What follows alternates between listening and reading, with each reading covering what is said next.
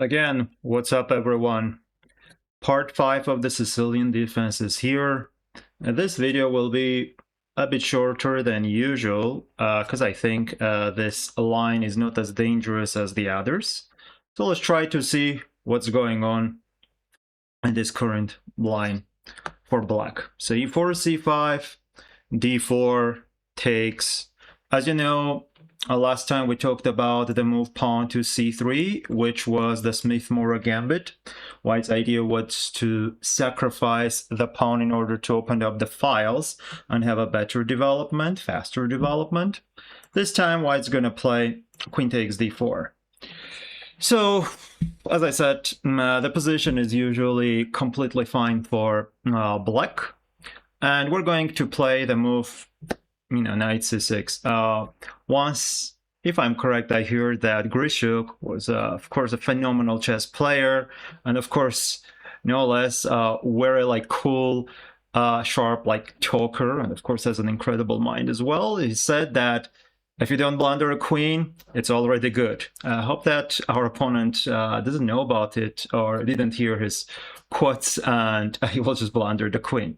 But jokes aside, we know that bringing the queen immediately into the center, developing it too fast, can bring white to some inconveniences because later they need to spend more moves in order to get out, because the annoying knights will start to attack it, for example, like queen d5, which is a bad move, and then knight f6. So with the move knight c6, we're going to attack the queen.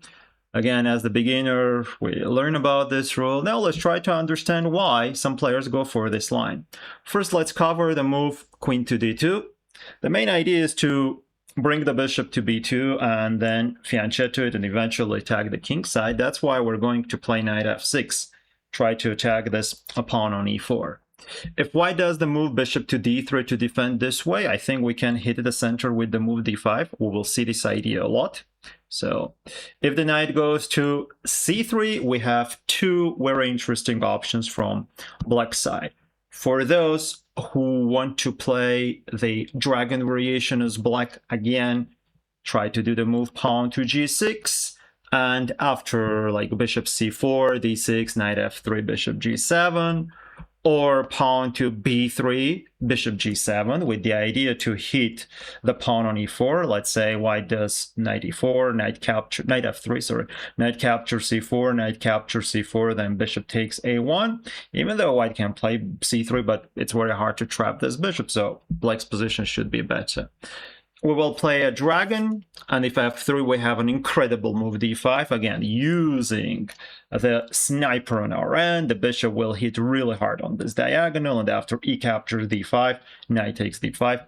Very good position to understand what's the strength of the pin and what's the strength of the bishop on the open diagonal. And if white does the move rook to b1, which is probably the best, short castle, knight f3, we're just going to play d6. Again, there are some other options as well. For black to play the position is usually quite comfortable. The other idea, which we will see a lot, is for the move pawn to e6. Again, a very cool move. We're trying to bring the bishop to b4 and eventually, pin the knight, attack the pawn on e4. So the bishop will jump here. After that, this knight will be under attack. The pawn on e4 is going to be we become a weakness. So this is more for Paulsen or counter variation players. So it can be quite interesting to do it. Like knight f3, bishop b4, bishop d3, d5. So then we want to push. If it captures, we can take with the knight. Black's position is quite convenient. And if white plays the move pawn to e3, another tempo loss, then we can just develop. Immediate d5 is interesting.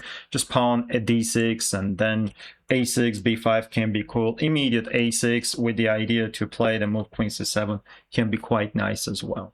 So all of this is quite interesting to do from black side. So if you want the dragon, you do the move pawn to g6 here. If you want a Paulsen type position, again, to play active, to try to fight for the center in a bit different way, just try in a Paulsen way.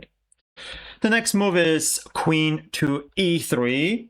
This is going to help the pawn to move to e5 in some positions, but it will close the bishop. And after knight f6, the queen can be targeted as well. In some positions, we will play the move knight to g4. So you can see that the queen will not have an easy life. And if you can like develop and attack one of his heavy pieces, the queen or the rook at the same time, it's going to be very good. Remember, development is not pushing the pawns. It's usually bringing the knights or the bishops out. Sometimes the players confuse it.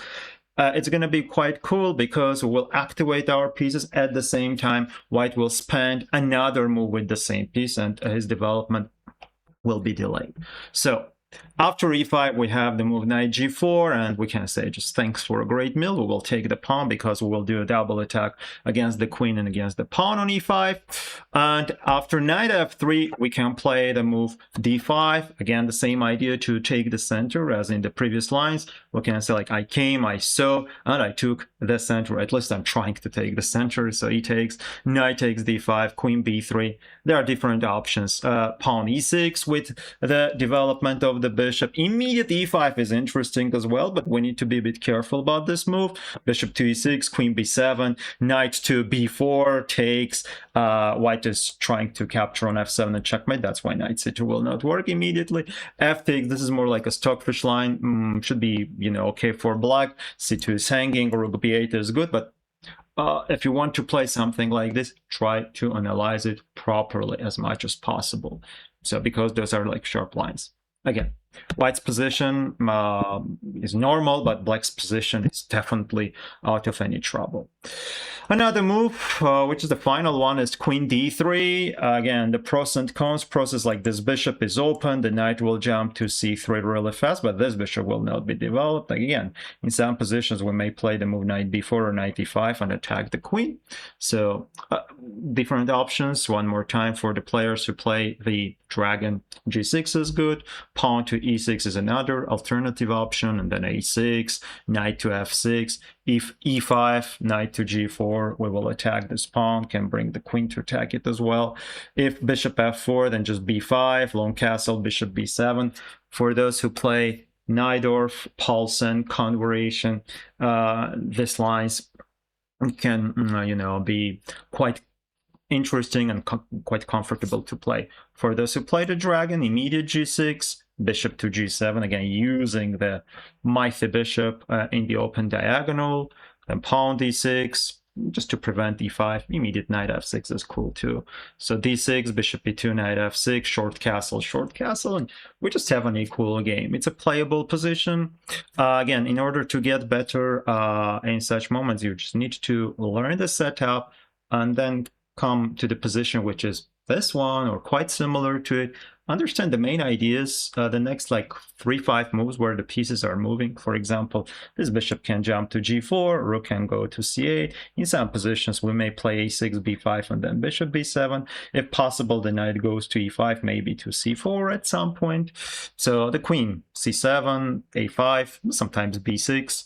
So we just play chess. White has different options like rook d1, we do bishop g4. Again, there are so many ways to play.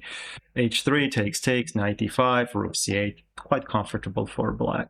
If white plays the move knight d5, this knight can be a bit annoying. We can try to exchange it, but immediate knight d7 will try to keep as many pieces as possible and then bring the knight to c5. Our knight can be quite good too, to attack the queen, to attack the pawn over here, pawn to e6, and if we want something really aggressive, the move f5 can be quite helpful. Takes. Our king is going to be a bit weaker, but now we have more control over the center. These pawns can be pushed, the knights can get some cool squares, the bishop is still open. Later on, we may use the g file for the rook as well.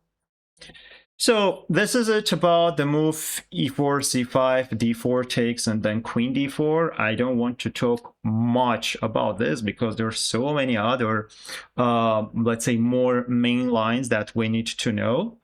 Just in case if somebody plays this move, do natural stuff. Knight c6, And then depends on the position. In some positions, we'll do immediate knight f6. We'll try to do d5 if it's possible.